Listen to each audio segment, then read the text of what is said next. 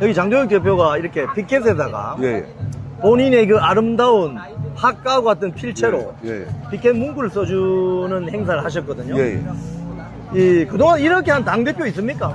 잘 쓴다고 자랑만 하시지 말고 예. 자원봉사 하시면 좋을 것 같다고 북구시로 이런 얘기를 했더니 실제로 또 대표님께서 저렇게 북구시 자원봉사를 하고 그런데 이제 그 모습을 보니까 지금 뭐 그 북구시 손피켓을 받아가려고 장사진을 이뤘지 않습니까? 엄청나게 줄을 거의 지금 한 300m 정도까지 보고 완전히 뭐 저도 그 앞에 서 있다가 예. 땀이 비 오듯 하고 뭐 도저히 못 기다리겠다 그래갖고 포기하고 이쪽으로 왔는데요. 예. 어쨌든 뭐 그런 모습이 참 장동혁 대표만이 아니라 아니 쉽게 얘기해서 나경원 의원 같은 경우가 와서 태극기 그려주면 얼마나 좋겠어요? 한번 했어요. 예.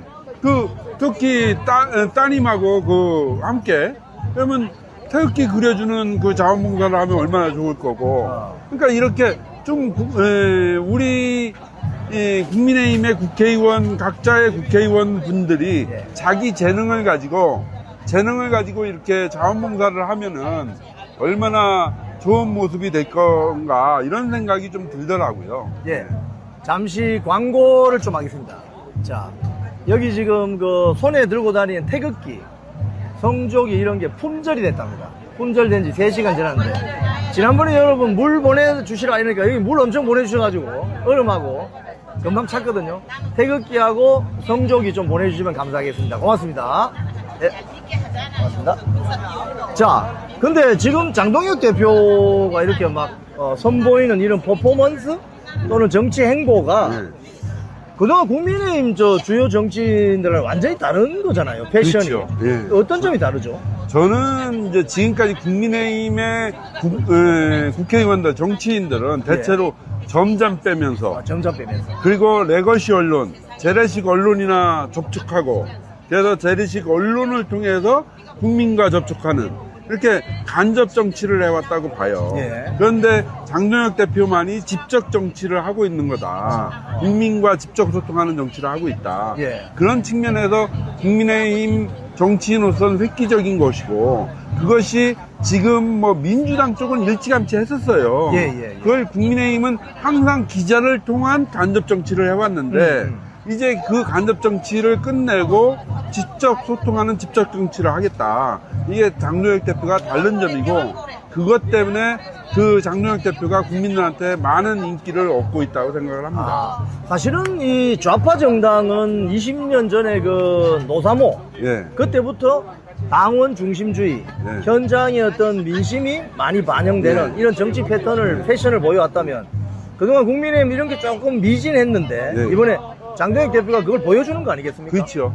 그런 측면에서 지금 레거시 언론 또는 재래식 언론들이 장동혁 대표를 싫어하는 이유가 거기에 있습니다. 왜냐하면 국민과 직접 소통을 하니까 자기들 공간이 없어지거든요.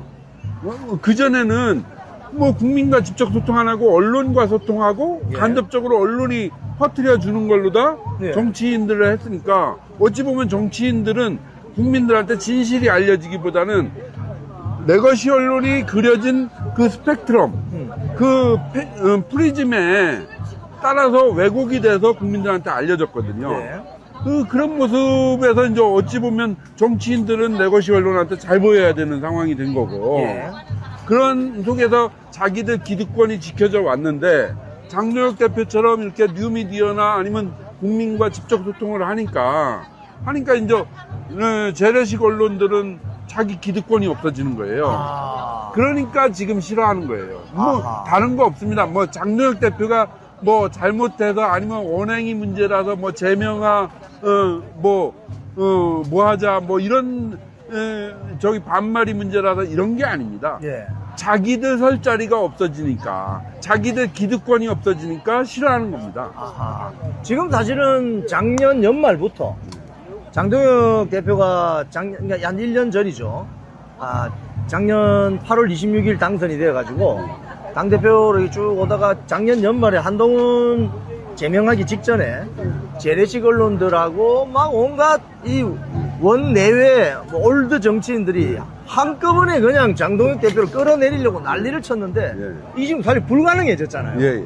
이제서야 그걸 깨닫고 뭐 신당 창당 인원이 조갑자 같은 경우는 그런 이야기 하던데 이건 어떻게 보세요? 이 현상을. 저는 항상 모든 건 그러니까 대한민국 오늘이 제헌절이니까 모든 권력은 국민으로부터 나온다. 이게 지금 헌법 제1조 1항이 아닙니까? 그렇죠. 그렇듯이 바로 모든 정당과 정치 행위는 국민의 지지 없이는 불가능한 겁니다. 아무리 레거시 언론들이 왜곡하고 저기를 해봤자 잠시 이벤트를 통해서 이준석 당선한다든지 아니면 한동훈 당선한다든지 한 번 정도의 이벤트는 가능합니다. 예. 그렇지만 지속되는 이벤트가 계속 지속될 수는 없어요. 그렇죠. 그렇기 때문에 결국엔 국민의 지지만이 정치를 이끌어가는 힘이기 때문에 레거시 언론 또는 재래식 언론의 이벤트로는 정치 정당을 유지해 나갈 수가 없습니다. 이제는. 그렇기 때문에 한동훈 신당 창당 저는 정말로 안철수 의원처럼 정말로 응원하고 싶어요. 예. 좀 해라. 제발 좀 해라. 그러면서 너희들 재래식 언론의 한계를, 힘의 한계를 한 번쯤은 느껴봐라. 이걸 좀 얘기해 주고 싶어요. 그러니까 국민과 함께하는 정치가 무엇인지, 재래식 언론과 함께하는 정치가 무엇인지, 이것은 장동혁은 국민과 함께하는 정치를 하는 것이고 한동훈은 재래식 언론과 함께하는 정치를 하는 것입니다. 그 차이군요. 예. 그 차이군요. 사실 장동혁 대표가 작년 8월달에 당선됐을 때 대표직 수락연설에서 자기가 당선될 수 있었던 이유 중에 하나가 뉴미디어 때문이었다라고 해가지고 재래식 언론한테 조금 찍혔죠, 그죠? 예, 그렇죠. 근데 결국은 이걸 돌파하면서 국민들에게 더 다가가는 모습을 보이고 있는데 앞으로의 장동혁 정치 어떻게 되리라고 전망하십니까? 그러니까 저는 장동혁 대표가 재래식 언론을 넘어서서 뉴미디어와 함께하는 정치를 했지 않습니까? 그 다음에 거기를 또 뉴미디어를 넘어서서 지금 국민과 함께하는 정치를 하고 있지 않습니까? 장동혁 대표는 계속 이렇게 진화하고 있습니다. 장동혁의 정치는 진화하고 있기 때문에 그 진화하는 것이 지금 2030 맨 처음엔 보수가 6070이었지 않습니까? 하지만 보수가 6070에서 지금 장동혁 대표를 지지하는 가장 강력한 층은 30대들, 30대들이고 2030이지 않습니까? 그렇죠. 그렇게 장동혁 대표는 계속 전진하는 보수 정치를 해나가고 있습니다. 대신 지금 한동훈이라든지 아직도 국민의힘의 많은 일부 정치인들은 그걸 깨닫지 못하고 시대 변화를 깨닫지 못하고 계속 6070에 머물러 있는다든지 아니면 재래식 정치, 재래식 미디어에 의존하는 정치를 한다든지 이런 정치를 하고 있습니다. 그래서 지금이라도 국민의힘 정치인들이 하루빨리 깨닫고 이제 재래식 정치, 재래식 언론에 의존하는 정치는 끝났다. 그리고 6070에 의존하는 정치가 아니라 2030 더 전진하고 더 젊은 정치로 가야 된다. 그리고 국민과 직접 소통하는 정치로 가야 된다. 이런 것들을 빨리 좀 국민의힘 의원들이 깨달았으면 좋겠습니다. 지금 말씀하신 것처럼 지난주 목요일 날 어제죠.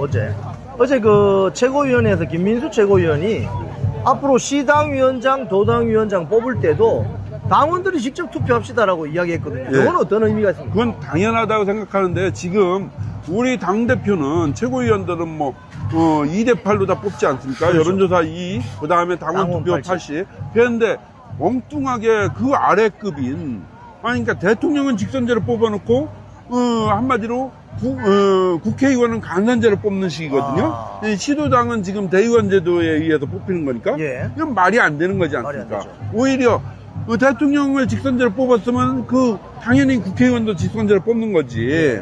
그러니까 그런 부분들을 요번에 장동혁 대표가 하반기 때쯤 완전히 당원 당규를 당원 중심, 국민 중심의 당원 당규로 완전히 개편하고 난 다음에 내년 초반 일제쯤 당 대표 선거와 시도당 선거, 당협위원장 선거까지 완전히 혁신을 하는 그런 당원 당규를 고쳐갖고 혁신을 하는 그런 것 속에서 완전히 국민 속에 뿌리 박는 그런 국민의 힘이 될 수 있도록 그렇게 만들어 가야 될 것 같습니다. 그러면 당대표도 책임당원 80, 일반 국민 20.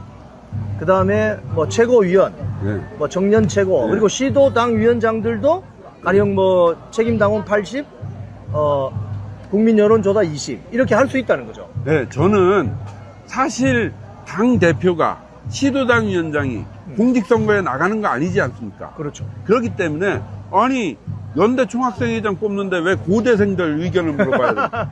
그러니까 아니 국민의힘 당 대표 뽑는데 국민의힘 당원들이 뽑는 당연하죠, 거지. 당연하죠. 예? 근데 왜 일반 국민의 여론을 물어봐야 됩니까? 그렇듯이 저는 당대표, 시도당 위원장 이런 거는 100% 당원 투표로 가야 된다고 생각을 합니다.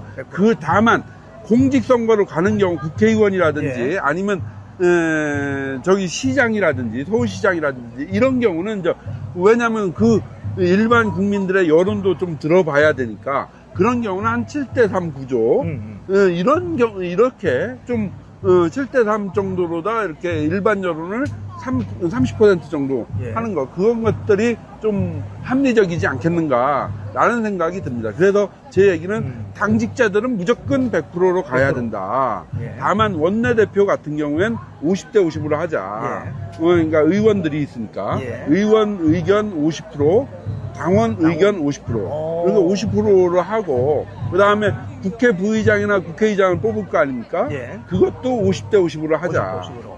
그리고 나머지 공직선거에 나가는 경우는 7대3 정도가 맞다. 예. 아, 이렇게 생각이 듭니다. 좋습니다. 자, 조갑제가 최근에 서울과 부산을 지역 기반으로 하는 신당 창당 가능성을 언급했더니 예.